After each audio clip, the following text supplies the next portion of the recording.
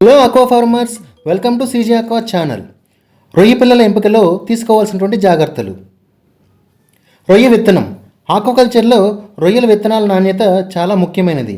ఎందుకంటే ఇది సాగులో విజయం సాధించడం, రొయ్యల పెరుగుదల మరియు పంట వైఫల్య ప్రమాదాన్ని ప్రభావితం చేస్తుంది. ఆక్వా సాగులో రొయ్యల విత్తనాల నాణ్యత ఎందుకు ముఖ్యమైనది? ఇది వ్యాధి నివారణ, పెరుగుదల మరియు ఒత్తిడిని తట్టుకునే శక్తి, అలానే పంట వైఫల్యం, ఇటువంటి రకరకాలైనటువంటి ప్రయోజనాలను మనకు కలిగిస్తుంది. వ్యాధి నివారణ. రొయ్యల విత్తనాలు పరాన్నజీవులు, అలానే బ్యాక్టీరియా మరియు వ్యాధి కారణమైనటువంటి ఇతర సూక్ష్మజీవులు లేకుండా స్వచ్ఛంగా ఉండాలి. పెరుగుదల. ఆరోగ్యకరమైనటువంటి రొయ్యల విత్తనాలు పెరుగుదల లాభదాయకంగా ఉంటుంది. అలానే ఒత్తిడి తట్టుకునేటువంటి శక్తి. అధిక నాణ్యత గల రొయ్య పిల్లలు విత్తనాలు హ్యాచరీ నుండి గ్రోఅవుట్ చెరువులకు మార్చినప్పుడు ఒత్తిడిని తట్టుకుని అన్ని రకాల పరిస్థితులను తట్టుకుని జీవించగలుగుతాయి. పంట వైఫల్యం. నాణ్యత లేని విత్తనాలు పంట వైఫల్య ప్రమాదాన్ని కలిగి ఉంటాయి. కాబట్టి మనం ఆక్వా సాగులో రొయ్య విత్తనాలను నాణ్యతను చూసుకున్న తర్వాత మాత్రమే ఎంచుకోవాలి. విత్తనం సైజు మరియు వయస్సు. సాధారణంగా పిఎల్ 15 నుండి 20 విత్తనాలను రోస్టర్పై ఉన్నటువంటి 4 నుండి 6 ముళ్ళులను లెక్కించడం ద్వారా నిర్ధారిస్తారు. రోస్టర్ పైన ఉన్నటువంటి పై భాగంలో ఉన్నటువంటి ముళ్ళు, ఒక్కొక్క ముళ్ళు 2 రోజులను సూచిస్తుంది. ఉదాహరణకు 3 ముళ్ళు కనుక కలిగినట్లయితే అది 6 రోజుల పిల్లగా పరిగణిస్తారు. ప్రస్తుతం పిఎల్ 8ని కూడా సాగుకి ఉపయోగిస్తున్నారు. ఇటువంటి విత్తనాలను ఎంచుకున్నప్పుడు తగు జాగ్రత్తలు కనుక తీసుకోకపోయినట్లయితే అవి సర్వైవల్ డ్రాప్ అయ్యి లేదా మనం అనుకున్నటువంటి సంఖ్య నీటిలో మన చెరువులో వేసిన తర్వాత తగ్గిపోవడానికి ఎక్కువ ఆస్కారం ఉంది. కాబట్టి పిఎల్ సంఖ్యను తక్కువ సంఖ్యలో పిఎల్ని ఎంచుకున్నప్పుడు తప్పనిసరిగా మన చెరువు యొక్క నాణ్యత పైన, అలానే చెరువులో నీటిలో ఉన్నటువంటి ప్లాంట్ యొక్క అభివృద్ధి పైన మనం ప్రత్యేక దృష్టి పెట్టుకుని దానికి తగిన విధంగా చెరువు నీటిని తయారు చేసుకున్న తర్వాత మాత్రమే పిఎల్ 8 లేదా పిఎల్ 10 లోపు పిల్లలని ఎంచుకోవాలి. శరీర భాగాల అభివృద్ధి. పోస్ట్ లార్వా బాడీ, కాళ్ళు మరియు రోస్ట్రం సాధారణంగా ఉండాలి. ఉదరకండ్రం అంటే అబ్డామినల్ సెగ్మెంట్స్ ఎటువంటి మచ్చలు లేకుండా స్పష్టంగా ఉండాలి. శరీరంలోని ఏ భాగాలపైన రంగు మారడం లేదా కట్టింగ్స్ లేదా గీరినట్టు రక్కులు కానీ అలాంటివి ఉండకుండా చూసుకోవాలి. అలానే పేగు ఆహారంతో నిండి ఉండాలి. పేగు ఎంటీ లేకుండా పూర్తిగా ఆహారంతో నిండి ఉన్నట్లయితే అవి ఆరోగ్యంగా ఉన్నట్టు పరిగణిస్తారు. ఈ చిత్రంలో మీరు రొయ్య యొక్క హెపటోపాంక్రియాస్ మరియు గట్లను గమనించవచ్చు. అలానే రొయ్య యొక్క శరీరం పూర్తిగా ట్రాన్స్పరెన్సీగా అంటే స్పష్టంగా కనబడుతుంది. అలానే ఇక్కడ ఉన్నటువంటి హెపటోపాంక్రియాస్ ముదురు గోధుమ రంగులో ఉండి, ఇక్కడ ఉన్నటువంటి గట్టు కూడా దాని యొక్క మజిల్కి గట్కి మధ్య వ్యత్యాసము 4:1లో కనబడుతుంది. అంటే మొత్తం 5 వంతులు కనుక రొయ్య ఉంటే అందులో ఒక వంతు గట్టు ఉండి మిగిలిన 4 వంతులు రొయ్య యొక్క మాంసం ఉండడాన్ని మనం గమనించవచ్చు. విత్తన ప్రవర్తన. ఆరోగ్యకరమైనటువంటి విత్తనం నేరుగా ఈదుతుంది. బేసిన్ను తట్టడం వంటి బాహ్య ఉద్దీపనలను వేగంగా స్పందిస్తుంది. ఉదాహరణకు మనం ఒక బేసిన్లో సీడ్ను పోసి దానిపైన ఏదైనా ఒక కార్నర్లో మనం ట్యాప్ చేసినట్లయితే దానికి రొయ్య విత్తనం స్పందించి దానికి ఎగనిస్ట్గా అంటే దానికి వ్యతిరేక దిశలో ముందుకు కదులుతుంది. నీటిని కదిలించినప్పుడు ప్రవాహానికి కూడా మనం ఏ దిశలో అయితే ప్రవాహాన్ని కలుగజేసామో దానికి వ్యతిరేక దిశలో అంటే నీటి ప్రవాహానికి వ్యతిరేక దిశలో ఈ రొయ్య అనేది ఈదుతుంది. ఆ ఈదడం కూడా చాలా చురుకుగా ఈదుతుంది. అదే ప్రవాహం తగ్గిన తర్వాత అది కంటైనర్ మధ్యలోకి రాకుండా చివర కంటైనర్ గోడల వైపు ఈదుతూ ఉంటుంది. ఒకవేళ అది కనుక మధ్యలోకి వచ్చేసినట్లయితే ఆ రొయ్య ఒత్తిడికి గురైనటువంటి రొయ్య లేదా ఆ రొయ్య పిల్లకు సరైనటువంటి ఆరోగ్య స్థితి లేదని మనం గమనించాలి. మనం ఒక టబ్లో రొయ్య పిల్లలను వేసి ప్రవాహానికి గురి చేసినప్పుడు రొయ్య పిల్లలన్నీ కూడా ప్రవాహంలోని చివరికి ఈదాలి తప్ప మధ్యలోకి గుమిగూడిపోవడము, లేదంటే ప్రవాహం యొక్క స్పీడ్ వేగం తగ్గిన తర్వాత కూడా అవి మధ్యలోకి రాకుండా చివరలే ఉండాలి. ఒకవేళ మధ్యలోకి వచ్చినట్లయితే అవి ఖచ్చితంగా ఏదైనా ఒత్తిడిలో కానీ లేదంటే ఏదైనా వ్యాధితో కానీ ఉన్నాయని చెప్పి మనం గుర్తించాలి. అటువంటి విత్తనాలను మనం ఎంపిక చేసుకోకూడదు. బాహ్య పరాన్నజీవులు. విత్తనాలు బాహ్య పరాన్నజీవులు, బ్యాక్టీరియా మరియు ఇతర కలుషిత జీవుల నుండి లేకుండా విముక్తి కలిగి ఉండాలి. ఇది రొయ్య యొక్క అనారోగ్య పరిస్థితులను సూచిస్తుంది. ఒకవేళ రొయ్య పైన ఏవైనా బాహ్య పరాన్నజీవులు మనం ఇక్కడ చిత్రంలో చూసినట్లయితే కొన్ని రకాలైనటువంటి ఎక్టోపారాసైట్స్, అలానే కొన్ని రకాలైనటువంటి ఫౌలింగ్ అనేది కనిపిస్తుంది.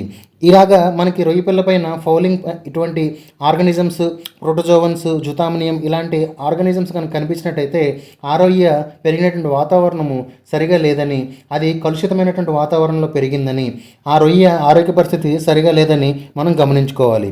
కొనుగోలు చేసే ముందు 1 లేదా 2 సార్లు విత్తనాన్ని తనిఖీ చేయడానికి హ్యాచరీని సందర్శించినట్లయితే మనకు అక్కడ ఉన్నటువంటి పరిస్థితులు అనేవి అర్థమయ్యి మనం ఏ పరిస్థితుల్లో ఉన్నటువంటి రొయ్య పిల్లను కొనుక్కుంటున్నామో మనకి మంచి అవగాహన కలిగి ఉండి తద్వారా ఇటువంటి ఒత్తిడిలో ఉన్నటువంటి లేదా బాహ్య పరాన్నజీవులు ఉన్నటువంటి రొయ్య పిల్లలను మనం జాగ్రత్తగా ఎంచుకోవచ్చు. వ్యాధికారక జీవుల రహిత విత్తనం అంటే స్పెసిఫిక్ ప్యాథోజన్ ఫ్రీ సీడ్ అని అంటారు దీన్ని. సో ఇటువంటి విత్తనాలను ఎంచుకునేటప్పుడు ఆ విత్తనాల్లో వైరల్ అక్లూజన్ బాడీలు అంటే ఆ వైరస్ తాలూకా ఉన్నటువంటి చిహ్నాలు లేకుండా చూసుకోవాలి. ఒకవేళ విత్తనాల్లో కనుక పెద్ద సంఖ్యలో ఈ అక్లూజన్లు ఉంటే అవి ఒత్తిడి పరిస్థితులను సూచిస్తాయి. ఒకవేళ మనం ఎంచుకున్నటువంటి విత్తనంలో ఈ అక్లూజన్ బాడీస్ కనుక కనిపించినట్టయితే అవి ఒత్తిడిలో ఉన్నట్టు మనం దాన్ని గమనించుకోవాలి. అసలు విత్తన ఎంపికలో ఎన్ని ముఖ్య అంశాలు ఉన్నాయి? పిఎల్ నాణ్యత అంచనాలో 5 ప్రధాన విభాగాలు ఉంటాయి. అందులో మొదటిది సంపూర్ణ అవగాహన, రెండవది ఒత్తిడి పరీక్షలు, 3 సూక్ష్మదర్శిని పరీక్ష, 4 విబ్రియో మరియు ఎల్బి అంటే లుమినిసెన్స్ బ్యాక్టీరియా పరీక్ష, 5 స్క్రీనింగ్ పరీక్షలు, పీసీఆర్ స్క్రీనింగ్ పరీక్షలు. మొదటిది సంపూర్ణ అవగాహన. ఈ సంపూర్ణ అవగాహనలో ముఖ్యంగా రొయ్య యొక్క సైజు, అలానే ఈత ఈదేటువంటి విధానం అంటే స్విమ్మింగ్ బిహేవియర్, అది చురుగ్గా ఈదుతుందా లేదంటే నెమ్మదిగా ఈదుతుందా, మనం ఏదైనా ఉద్దీపనలు అంటే బయట నుంచి ఏదైనా ట్యాప్ చేసినా దానికి ఏదైనా డబ్బా పైన కొట్టినప్పుడు అది ఏ రకంగా ప్రవర్తిస్తుంది అనేది చూసుకోవాలి. అదేవిధంగా ఒకవేళ మోనోడాన్ అంటే టైగర్ సీడ్ని కనుక ఎంచుకున్నట్లయితే PL15 ఎంచుకున్నట్టయితే వాటి యొక్క కనిష్ట పొడవు 11 నుంచి 12 మిల్లీమీటర్లు. అదే కనుక వెనామీ PL12ని ఎంచుకున్నట్లయితే దాని యొక్క పొడవు 11 నుంచి 13 మిల్లీమీటర్ల మధ్య ఉండే విధంగా మనం చూసుకోవాలి. రంగు స్పష్టంగా లేదా ముదురు రంగులో ఉండాలి. అలాగని చెప్పి అది ఎరుపు రంగులో కానీ తెలుపు రంగులో కానీ ఉండకూడదు. స్పష్టంగా అంటే ముందు చిత్రంలో మనం చూపించినట్టుగా లోపల ఉన్నటువంటి మాంసం అంతా కూడా క్లియర్గా ట్రాన్స్పరెంట్గా ఎటువంటి మచ్చలు లేకుండా కనిపించాలి. అలానే వీటి యొక్క కదలికలు అంటే మూమెంట్స్ చురుగ్గా ఈత కొట్టడం, అలానే చనిపోయిన జంతువులు అనేవి లేకుండా ఉండాలి. అలానే వీటి యొక్క ప్రవర్తన అంటే వీటి యొక్క బిహేవియర్ ఏదైనా గిన్నెపైన మనం సౌండ్ లేదా ట్యాప్ చేసినప్పుడు, శబ్దం చేసినప్పుడు అవి దానికి వ్యతిరేక దిశలో ఈదుతూ దానికి అవి స్పందిస్తూ ఉండాలి. అవి స్పందించేటువంటి వేగాన్ని బట్టి విత్తనం యొక్క క్వాలిటీని మనం అంచనా వేసుకోవాలి. సూక్ష్మదర్శిని పరీక్ష. ఇందులో మనం రొయ్య పిల్లలను వాటిలో ఉన్నటువంటి క్రోమటోఫోర్స్ అంటే కాంతి వర్ణకాలు అంటారు. సో ఇవి ఏంటంటే రొయ్య ఉడికిన తర్వాత మనకి ఎరుపు రంగులో ఏ విధంగా మారుతుందో వాటికి గల కారణం ఏంటంటే వాటిలో ఉన్నటువంటి క్రోమటోఫోర్స్, ముఖ్యంగా కెరోటిన్ అనేటువంటి ఈ యొక్క వర్ణకాలు దీనికి బాగా ముఖ్య పాత్ర పోషిస్తాయి. ఈ వర్ణకాలు రొయ్య యొక్క ఆరోగ్య స్థితిని కూడా సూచిస్తాయి. ఈ వర్ణకాలు విడివిడిగా ఈ పక్కన ఎడమ చేతి వైపులో ఉన్నటువంటి చిత్రాన్ని చూసినట్టయితే విడివిడిగా గుంపులుగా కాకుండా క్లియర్గా కనబడుతున్నాయి. అదే మీరు కుడి చేతి వైపు ఉన్నటువంటి చిత్రంలో చూసుకున్నట్టయితే అది ఒత్తిడిలో ఉండడం మూలంగా ఈ యొక్క వర్ణకాల సంఖ్య ఎక్కువగా పెరిగి అవి ఓవర్ ఎక్స్ప్రెషన్ అంటే ఉండాల్సిన స్థాయి కంటే కూడా ఎక్కువ స్థాయిలో ఉండి మన రొయ్య ఒత్తిడిలో ఉన్నదని మనకి తెలియజేస్తుంది. కాబట్టి క్రోమటోఫోర్స్ని మనం మైక్రోస్కోప్లో చూసినప్పుడు ఈ యొక్క వర్ణకాల యొక్క ఏ విధంగా వ్యాప్తి చెందాయని మనం చూసుకున్నట్లయితే దాని ద్వారా దాని యొక్క ఒత్తిడి స్థాయిని కూడా మనం అంచనా వేసుకుని ఒకవేళ వర్ణకాలు కనుక ఎక్కువ ఉన్నట్లయితే అటువంటి విత్తనాలను కూడా మనం విడిచిపెట్టాల్సి ఉంటుంది. Muscle to gut ratio. Muscle to gut ratio అంటే ఒక రొయ్యలో ఉన్నటువంటి శరీర భాగాల యొక్క అభివృద్ధి, అలానే దానిలో ఉన్నటువంటి పేగు యొక్క అభివృద్ధి. అంటే ఉదాహరణకు మొత్తం రొయ్యలో 5 భాగాలు ఉన్నట్లయితే 5 వంతులు మాంసం ఉన్నట్లయితే అందులో 1 వంతు పేగు ఉండి మిగిలిన 4 వంతులు మాంసం ఉన్నట్లయితే ఆ రొయ్య పిల్ల ఆరోగ్యంగా ఉందని మనం పరిగణిస్తాము. ఇక్కడ మనం చిత్రంలో చూసినట్టయితే ముందున్నటువంటి చిత్రంలో 4:1 అంటే 4 వంతులు మాంసము 1 వంతు దాని యొక్క పేగు ఉంది కాబట్టి ఇది ఆరోగ్యకరమైనటువంటి రొయ్య పిల్ల అని పరిగణిస్తాము. అదే కింద చిత్రంలో చూసినట్టయితే దాని యొక్క మాంసంకి అలానే పేగుకి మధ్య ఉన్నటువంటి వ్యత్యాసము 1:1 ఉంది కాబట్టి అంటే 2 వంతులు కనుక ఉన్నట్లయితే అందులో సగం 50% గట్టే ఉంది కాబట్టి ఇక్కడ మాంసం అభివృద్ధి అనేది సరిగా జరగలేదు. కాబట్టి ఇటువంటి రొయ్య పిల్లలను మనం ఎంచుకునేటప్పుడు జాగ్రత్త వహించి మజిల్ గట్ రేషియో కనుక తక్కువ ఉన్నట్లయితే అటువంటి పిల్లలను మనం అవాయిడ్ చేయడం లేదా అటువంటి పిల్లలను తీసుకోకుండా ఉండడం అనేది శ్రేయస్కరం. వీడియోని ఇంతవరకు చూస్తున్నారంటే మేము అందించేటువంటి సమాచారం మీకు ఉపయోగపడిందని అనుకుంటున్నాము. మీరు మా ఛానల్ను సబ్స్క్రైబ్ చేసి ఛానల్ యొక్క అభివృద్ధికి సహకరిస్తారని ఈ వీడియో చూస్తున్నటువంటి ప్రతి ప్రేక్షకుల్ని మేము కోరుకుంటున్నాము. ఎందుకంటే ఈ వీడియో తయారు చేయడానికి మాకు ఎంత ఇన్ఫర్మేషన్ గ్యాదర్ చేయాలి, ఎంత ఇన్ఫర్మేషన్ గ్యాదర్ చేసిన తర్వాత దాన్ని మీకు అర్థమయ్యేటువంటి రీతిలోకి మార్చి మీ ముందు పొందుపరచడానికి మేము చాలానే కృషి చేస్తున్నాము.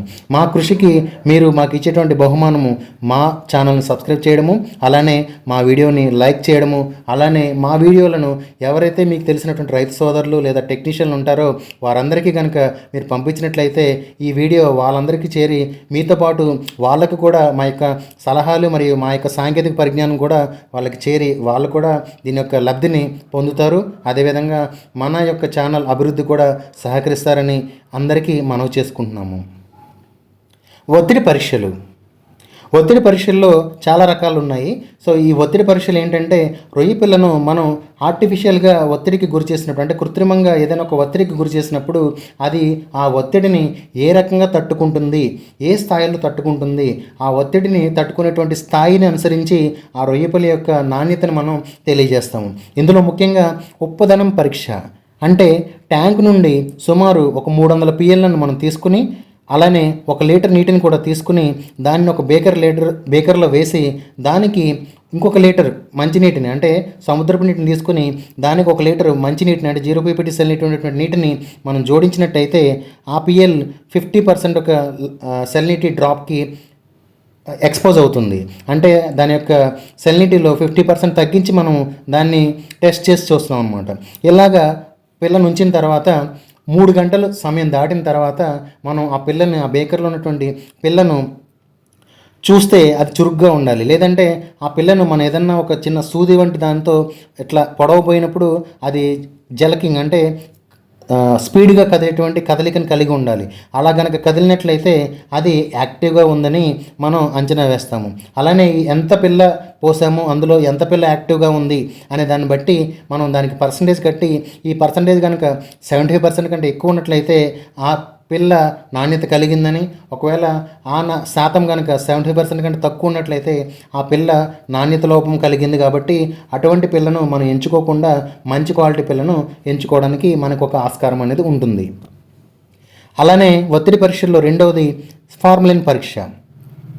ఈ సందర్భంలో ట్యాంక్ నుండి 300 PLను శాంపిల్ని తీసుకుని దానితో పాటు ట్యాంకులోని నీటిని కూడా తీసుకుని దానికి 100 to 200 ppm కాన్సన్ట్రేషన్లో ఫార్మలిన్ అంటే 1 లీటర్ నీటికి 0.1 నుండి 0.2 mlని ఫార్మలిన్ని మనం అందులో జోడించి అందులో కనుక ఈ పిల్లను ఉంచినట్టయితే అలాగా ఉంచిన తర్వాత 30 నిమిషాలు మనం వేచి ఉండి 30 నిమిషాల తర్వాత ఆ పిల్లని మనం పరీక్షించడం అంటే ఆ పిల్ల యొక్క స్విమ్మింగ్ యాక్టివిటీ ఏ రకంగా ఉంది, అలానే ఆ పిల్లని మనం తాకడానికి చూసినప్పుడు ఆ పిల్ల ఎగురుతుందా లేదా అనే దాన్ని బట్టి దాని యొక్క బిహేవియర్ అంటే ప్రవర్తనలో వచ్చేటువంటి మార్పును చూస్తాం. తర్వాత వచ్చినటువంటి ఫలితాన్ని మనం శాతంలో చూపిస్తాం. ఇక్కడ సర్వైవల్ని ఏ విధంగా లెక్కిస్తామంటే సర్వైవల్ ఈక్వల్ టు బేకర్లో యాక్టివ్గా ఉన్నటువంటి PL డివైడెడ్ బై మొత్తం మనం ఎన్ని PLకి మనం ఈ టెస్ట్ చేసామంటే మొత్తం PL సంఖ్య ఇంటూ 100. సో ఈ రకంగా చేసుకున్నట్లయితే మనకు వచ్చినటువంటి స్కోరింగ్ సర్వైవల్ 75% అంటే 75% కంటే ఎక్కువ ఉన్నట్లయితే ఆ పిల్ల నాణ్యత కలిగిందని, 75% కంటే తక్కువ కనుక సర్వైవల్ ఉన్నట్లయితే ఆ పిల్ల నాణ్యత లోపంతో ఉందని, అటువంటి పిల్లను మనం మన చెరువుల్లో సాగుకి వినియోగించకూడదు. అలానే విబ్రియో మరియు ఎల్బి పరీక్షలు. విబ్రియో మరియు ఎల్బి పరీక్షలు మన యొక్క సాగుకి ఎంచుకునేటువంటి విత్తనాల్లో మనం చేయించుకోవడం చాలా ముఖ్యమైనది. ఎందుకంటే మనం సాగుకి ఎంచుకునేటువంటి విత్తనాల్లో ఈ రకమైనటువంటి బ్యాక్టీరియల్ ఇన్ఫెక్షన్ ఉన్నట్లయితే మనం ఆ రొయ్య పిల్లల్ని మన చెరువులో వేసినప్పుడు మనకి అనుకున్నంత స్థాయిలో నెంబర్ ఉండకపోవడము, లేదంటే మన యొక్క సర్వైవల్ అనేది డ్రాప్ అయిపోవడము, మనం ఒక 10-15 రోజుల తర్వాత గమనించినట్టయితే రొయ్యల చెరువులో ఒక్క పిల్ల కూడా కనబడకుండా ఉండడము, ఇలాంటి సందర్భాల్లో మనకి ఎక్కువ ఎదురవుతూ ఉంటాయి. ఇటువంటి సందర్భాల్లో దానికి గల కారణం ఏంటనుకుంటే అందులో విబ్రియో అనేది దానికి ఒక ముఖ్య కారణంగా మనం పరిగణించవచ్చు. కాబట్టి మనం విత్తనాన్ని ఎంచుకున్న తర్వాత ఆ విత్తనానికి బ్యాక్టీరియల్ టెస్ట్లు అంటే ముఖ్యంగా విబ్రియో, కలరా, అలానే విబ్రియో పారాహిమోలైటికస్, అలానే లుమినిసెన్స్ బ్యాక్టీరియా అంటే కాంతి బ్యాక్టీరియా, అంటే మన చెరువులో నైట్ వెలుగు కనబడుతుంది కదా, సో దీన్నే లుమినిసెన్స్ బ్యాక్టీరియా అంటాం. లుమినిసెన్స్ అంటే స్వయం ప్రకాశం కలిగినటువంటి ఈ బ్యాక్టీరియా జాతులు అనేవి లేకుండా చూసుకోవాలి. సో వీటికి మనం టెస్ట్ చేయించుకుని ఆ టెస్ట్లో వచ్చినటువంటి బ్యాక్టీరియల్ కౌంట్ని అనుసరించి మనం విత్తనాన్ని ఎంచుకోవాలి. ఈ టెస్ట్కి విత్తనాన్ని ఇవ్వాలనుకున్నప్పుడు కనీసం మనం ఒక రోజు ముందుగానే టెస్ట్కి ఇవ్వాలి. ఎందుకంటే విబ్రియోని కనుక టీసీబీఎస్ మీడియా పైన టెస్ట్ చేసినట్లయితే అది మినిమం తక్కువలో తక్కువ 24 గంటలు, 18 నుంచి 24 గంటల తర్వాత మాత్రమే సరైనటువంటి ఫలితాలను ఇస్తుంది. కాబట్టి ఈ టెస్ట్ చేయించడానికి కనీసం 24 గంటల సమయం అవసరం అవుతుంది. కాబట్టి మనం ఈరోజు స్టాకింగ్ పెట్టుకున్నామంటే ఒకరోజు ముందుగానే ఈ విబ్రియో టెస్ట్కి మనం సీడ్ని పంపించి దాని నుంచి వచ్చినటువంటి ఫలితాన్ని అనుసరించి మనం విత్తనాన్ని ఎంచుకున్నట్లయితే ఈ విబ్రియో సమస్యను కూడా మనం పరిష్కరించవచ్చు. ఆర్టీపీసీఆర్ పరీక్షలు. ఆర్టీపీసీఆర్లో ముఖ్యంగా మనకి రొయ్య యొక్క డిఎన్ఏని అనుసరించి ఈ పరీక్షలు అనేవి చేస్తారు. ఈ పరీక్షలు అత్యంత మనకి అక్యురసీ అంటే అత్యంత దగ్గరగా మనకు కరెక్ట్గా మనకి రిజల్ట్ అనేవి ఇస్తుంటాయి. కాబట్టి మనం విబ్రియో టెస్టులు చేయించుకోకపోయినా ఈ ఆర్టీపీసీఆర్ పరీక్షలు మాత్రం ఖచ్చితంగా చేయించుకోవాలి. ఎందుకంటే మనం ఎంచుకున్నటువంటి రొయ్య పిల్లలో WSSV, EHP లేదా IHNV వంటి ఇటువంటి వ్యాధికారక సూక్ష్మజీవులు ఉన్నాయో లేవని మనం క్షుణ్ణంగా పరిశీలించుకున్న తర్వాత మాత్రమే మనం రొయ్య పిల్లలను ఎంచుకోవాలి. ఎందుకంటే ఇప్పుడున్నటువంటి ప్రస్తుత పరిస్థితుల్లో EHP అనేది PL8, PL10 లోపల కూడా మనకి బాగానే కనిపిస్తుంది. కాబట్టి మనం EHPని అలానే వైట్ స్పాట్ సిండ్రోమ్ వైరస్ని వేటిని కూడా తక్కువ అంచనా వేయకుండా మనకి సీడ్కి పెట్టేటువంటి లేదంటే మేతకు పెట్టేటువంటి ఖర్చులతో పోల్చుకుంటే ఈ విత్తన పరీక్షలకు పెట్టేటువంటి ఖర్చు చాలా తక్కువది. కాబట్టి మనం విత్తనాన్ని క్షుణ్ణంగా పరిశీలించుకుని ఆ పరీక్షలో వచ్చినటువంటి ఫలితాలు మనకు అనుకూలంగా ఉండి, అంటే అందులో వ్యాధికారక జీవులు ఏమి లేవని నిర్ధారించుకున్న తర్వాత మాత్రమే మనం విత్తనాన్ని ఎంచుకున్నట్టయితే మనకు ఈ డిసీజ్ మూలంగా వచ్చేటువంటి నష్టాల్లో వచ్చే రిస్క్ అనేది చాలా తగ్గిపోయి దాని ద్వారాగా మనకి కల్చర్ అనేది సాఫీగా సాగిపోవడానికి ఎక్కువ అవకాశం ఉంటుంది. కాబట్టి రైతులందరూ కూడా తప్పనిసరిగా వారి యొక్క సీడ్ని ఎంచుకున్న తర్వాత వాటికి ఆర్టీపీసీఆర్ పరీక్షలు అలానే విబ్రియో పరీక్షలు 2 చేయించుకున్నట్లయితే మనం కొంచెం సేఫ్ సైడ్లో ఉంటామని చెప్పి తెలియజేస్తున్నాం. అలానే చెరువు నీటికి అలవాటు చేయడం. మనం విత్తనాన్ని హ్యాచరీ నుండి సేకరించినప్పుడు మన యొక్క చెరువు యొక్క సెల్నిటీకి హ్యాచరీలో ఉన్నటువంటి సెల్నిటీ మధ్య వ్యత్యాసం ఎక్కువ ఉన్నప్పుడు మన యొక్క రొయ్య పిల్లలు ఒత్తిడికి గురయ్యి నెంబర్ అనేది తగ్గిపోవడానికి ఆస్కారం ఎక్కువ ఉంటుంది. సో ఇటువంటి పరిస్థితుల్లో మన చెరువులో ఉన్నటువంటి సెల్నిటీ అలానే హ్యాచరీలో ఉన్నటువంటి సెల్నిటీకి మధ్య వ్యత్యాసము 4 PPT అంటే 4 PPT కంటే ఎక్కువ ఉన్నట్లయితే రొయ్యలను ఖచ్చితంగా మనము నీటికి అలవాటు చేసుకున్న తర్వాత మాత్రమే వదిలిపెట్టాలి. అసలు మనం నీటికి అలవాటు చేయడం మూలంగా మనకి ఏ విధమైనటువంటి ఉపయోగం ఉందనంటే ఇది ఒత్తిడిని తగ్గిస్తుంది. రొయ్య విత్తనం కొత్త నీటి పరిస్థితులకు అనుగుణంగా మారడానికి అలవాటు పడడంలో ఇలాగ మనం అలవాటు చేయడం అనేది సహాయపడుతుంది. అదేవిధంగా సర్వైవల్ను మెరుగుపరుస్తుంది. మీరు విత్తనాన్ని నేరుగా చెరువులో వదిలినప్పటికీ అలానే ఈ విధంగా దాన్ని అలవాటు చేసిన తర్వాత వదిలినప్పటికీ మీరు వ్యత్యాసాన్ని గమనిస్తే మీ యొక్క సర్వైవల్ రేట్స్ అనేవి ఖచ్చితంగా తేడాలు ఉంటాయి. కాబట్టి రొయ్యల రైతులందరూ కూడా విత్తనాన్ని నేరుగా నీటిలో వదిలేయకుండా కొంచెం అక్కడ ఉన్నటువంటి నీటికి అలవాటు చేయడం, అంటే మనం తెచ్చినటువంటి ప్యాకెట్లన్నింటినీ కూడా నీటిలో వేసి ఆ నీటి ప్రతి ప్యాకెట్లోకి అట్లీస్ట్ సగం నీళ్ళు, అంటే ప్యాకెట్లో 1 లీటర్ నీళ్ళు ఉంటే ఇంకొక లీటర్ నీటిని, చెరువు నీటిని ప్యాకెట్లోకి వెళ్ళేలా చేసి ఆ ప్యాకెట్లను ఒక 5 లేదా 15 నిమిషాలు అలానే వదిలి ఆ తర్వాత ఆ నీటిని జాగ్రత్తగా విత్తనాన్ని మన చెరువులోకి వదులుకున్నట్లయితే మన చెరువులో ఉన్నటువంటి రొయ్య పిల్లలు మనం తెచ్చుకున్నటువంటి రొయ్య పిల్లలు చెరువు నీటి వాతావరణానికి అలవాటు పడి దాని ద్వారాగా ఒత్తిడిని తగ్గించుకొని ఎక్కువ శాతం బతకడానికి అవకాశం ఉంటుంది. కాబట్టి మన రొయ్య పిల్లలను నీటికి అలవాటు చేసుకున్న తర్వాత మాత్రమే మన చెరువులోనికి వదిలిపెట్టాలి. విత్తన రవాణా చేసేటప్పుడు సంచులను సాధారణంగా 1/3 వంతు నీటితో నింపి తర్వాత దానిలో ఆక్సిజన్ నింపి వాటిని బాక్సుల్లో పెట్టి ప్యాకింగ్ చేస్తారు. ఒకవేళ మన యొక్క ట్రావెలింగ్ టైం అంటే రవాణా సమయం కనుక 6 గంటల కంటే ఎక్కువ ఉన్నట్లయితే ఈ సమయంలో వాటి యొక్క టెంపరేచర్ని 20 degrees కంటే తక్కువలో ఉంచడానికి చిన్న చిన్న ప్యాకెట్లలో ఐస్ వేసి వాటిని సీల్ చేసి ఈ ఐస్ ప్యాకెట్లను కూడా ఈ యొక్క సీడ్ బ్యాగుల పైన పెట్టి ట్రాన్స్పోర్ట్ చేస్తారు. ఈ విధంగా ట్రాన్స్పోర్ట్ చేయడం మూలంగా వాటి యొక్క ఉష్ణోగ్రత అనేది పెరగకుండా ఉండి వాటి యొక్క మెటబాలిక్ రేట్ అంటే వాటి యొక్క జీవక్రియ రేట్ అనేది తక్కువలో ఉండి దాని ద్వారాగా రొయ్య అనేది ఒత్తిడికి గురవ్వకుండా, అలానే రొయ్య ఒత్తిడికి గురైనప్పుడు వాటి నుంచి వచ్చేటువంటి విష పదార్థాలైనటువంటి వ్యర్థాలు అంటే అమ్మోనియా, ఎక్స్క్రీటా ఇలాంటివన్నీ పేరుకుపోకుండా అది మన రొయ్య పిల్లల్ని జాగ్రత్తగా చూస్తుంది. కాబట్టి ఒకవేళ మీరు కనుక 6 గంటల కంటే ఎక్కువ సమయం పట్టేటువంటి దూరంలో కనుక సీడ్ని తెచ్చుకున్నట్లయితే ఖచ్చితంగా ఆ సీడ్ ప్యాకెట్ల పైన ఐస్ ప్యాకెట్లను పెట్టుకున్నట్లయితే ఆ సీడ్ అనేది ఒత్తిడికి గురవకుండా ఖచ్చితంగా బాగుంటుంది. అదేవిధంగా సంచిలో పిఎల్ యొక్క సాంద్రత అనేది PL15 కనుక మీరు ఎంచుకున్నట్లయితే ఒక కవర్లో 1000 నుంచి 2000 విత్తనాలు పెట్టుకోవాలి. అదే కనుక PL20 అయితే కనుక కవర్కి 500 నుంచి 1000 విత్తనాలను మనం ఎంచుకోవచ్చు.